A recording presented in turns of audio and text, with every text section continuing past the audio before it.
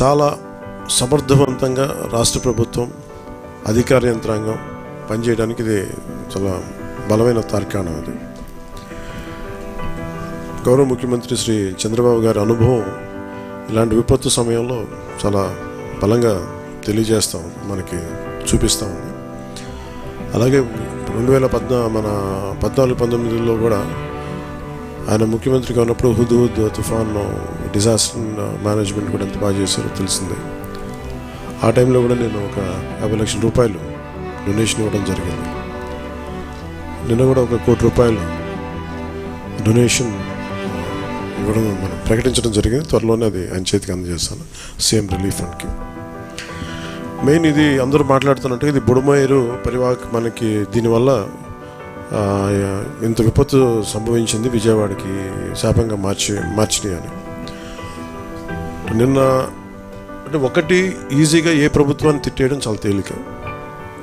గతంలో కూడా చూస్తే మనం పోయినసారి కూడా వైసీపీ ప్రభుత్వం ఉన్నప్పుడు నేను చాలాసార్లు మాట్లాడినప్పుడు చాలా ఒక నియమాలతో నియంత్రణతోనే మాట్లాడేవాడిని.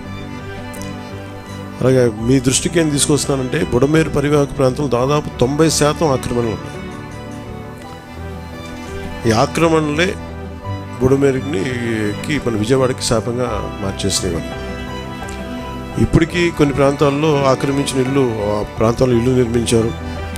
తర్వాత నిర్మించిన ఇళ్ళకి అవుట్ఫుల్ డ్రైన్స్ లేకపోవడం, వరద ఎటు వెళ్తుందో తెలియక అది విజయవాడ సగం నగరాన్ని వరద నీరుతో ముంచెత్తేస్తుంది. ప్రతిసారి ఇప్పుడు మీరు హైదరాబాద్లో చూసినా కానీ వీళ్ళు హైడ్రా అని చెప్పి వాళ్ళు స్టార్ట్ చేసి డెమాలిషన్ డ్రైవ్, కొన్ని వందల చెరువులు ఉన్న ప్రాంతాన్ని, లోతట్టు ప్రాంతాలని, ఫుల్ ట్యాంక్ లెవెల్ ప్రాంతాలని ఒక 20 yearsగా 30 yearsగా ఏం లేదు, వరద లేదు, నీళ్లు లేవు అని చెప్పి ఇల్లు కట్టేయడం జరిగింది అక్కడ కూడా. అలాగే ఏ మూల భారతదేశంలో ఏ రాష్ట్రంలో అయినా సరే, అలాగే ప్రత్యేక తెలంగాణ కావచ్చు, అలాగే మనకు సంబంధించి ఆంధ్రప్రదేశ్ కావచ్చు, ఇది ఈ నదీ పరివాహక ప్రాంతాలు ఇక్కడ నుంచి సహజ స్థితిలో అది ఆ వాగుల వంకల నుంచి వెళ్ళి సముద్రంకి వెళ్ళే దిశలో ఆ దారి మధ్యలో ఇల్లు కట్టేయడం, లేదంటే లేఅవుట్లు వేసేయడం, ఇవన్నీ వైలేషను ఒకళ్ళు చేయలేదు. కొన్ని దశాబ్దాలుగా కొంచెం ఇంక్రిమెంటల్గా చేసుకుంటూ వచ్చి అది చేసుకుంటూ వచ్చారు. ఇది కూడా మేము అడ్డగోలుగా కూర్చోబెట్టి ఇది వైసీపీ ప్రభుత్వం మాట్లాడు కాకపోతే వాళ్ళు చేసి ఉండాల్సింది. ఎంతో కొంత ప్రయత్నం కూడా చేయకుండా ఇలాంటి పరిస్థితుల్లో ఇంత సమర్థవంతంగా ఆ వయసులో ఆయన బుల్డోజర్లు ఎక్కి అసలు చేరలేని ప్రదేశాల్లో, వెళ్ళలేని ప్రదేశాల్లో కూడా ఆయన బుల్డోజర్ ఎక్కి, ఆయన పొక్లైనర్లు ఎక్కి, ట్రాక్టర్లు ఎక్కి గౌరవ ముఖ్యమంత్రి గారు అది అప్రిషియేట్ చేయాల్సిందిగా ఆయన విమర్శించడం అది సరైన పద్ధతి కాదు, మార్చుకోవాలి వైసీపీ నాయకులు. అలాగే వైసీపీ నాయకులకు కూడా నా విన్నపం, నా విజ్ఞాపన, మీరు విమర్శించడానికంటే కూడా ఇది మనందరి ఉమ్మడి సమస్య, ఇది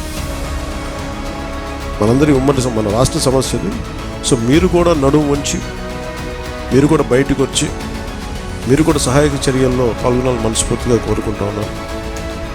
అలాగే గత 2-3 రోజులు నేను కనిపించట్లేదు అది అని మాట్లాడతాను. ఒకటి చెప్తాను, ఇప్పుడు నేను వస్తే నాకు ఇబ్బంది ఏంటంటే ఈ సహాయక చర్యల్లో ఇబ్బంది పడిపోతుంది. ఒకసారి అందరూ మీద పడటం, దానివల్ల అధికార యంత్రాంగానికి ఒత్తిడి అవుద్ది. దానివల్ల నన్ను వాళ్ళు చెప్పడం వల్ల రాలేకపోయాను. అది నిన్న మీకు క్లియర్‌కట్‌గా తెలియజేశాను.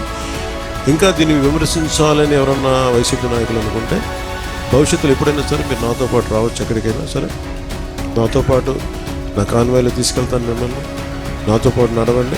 ఎలా ఉంటుందో మీకు అర్థం చేసుకున్నప్పుడు అప్పుడు మీరే సలహా ఇస్తారు.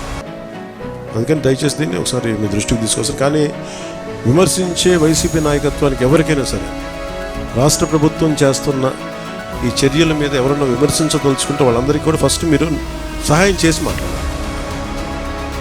మీరు సహాయం చేసి మీరు బయటికి వచ్చి మీరు మాట్లాడి ఇళ్లలో కూర్చొని కాన్ఫరెన్స్లు పెడితే జరుగుతుంది. మీరు లోపలికి వచ్చి దిగండి మనస్ఫూర్తిగా. అలాంటి పరిస్థితులు అంటే మేము కూడా మీకు మాతో కలిసి తీసుకెళ్తాం.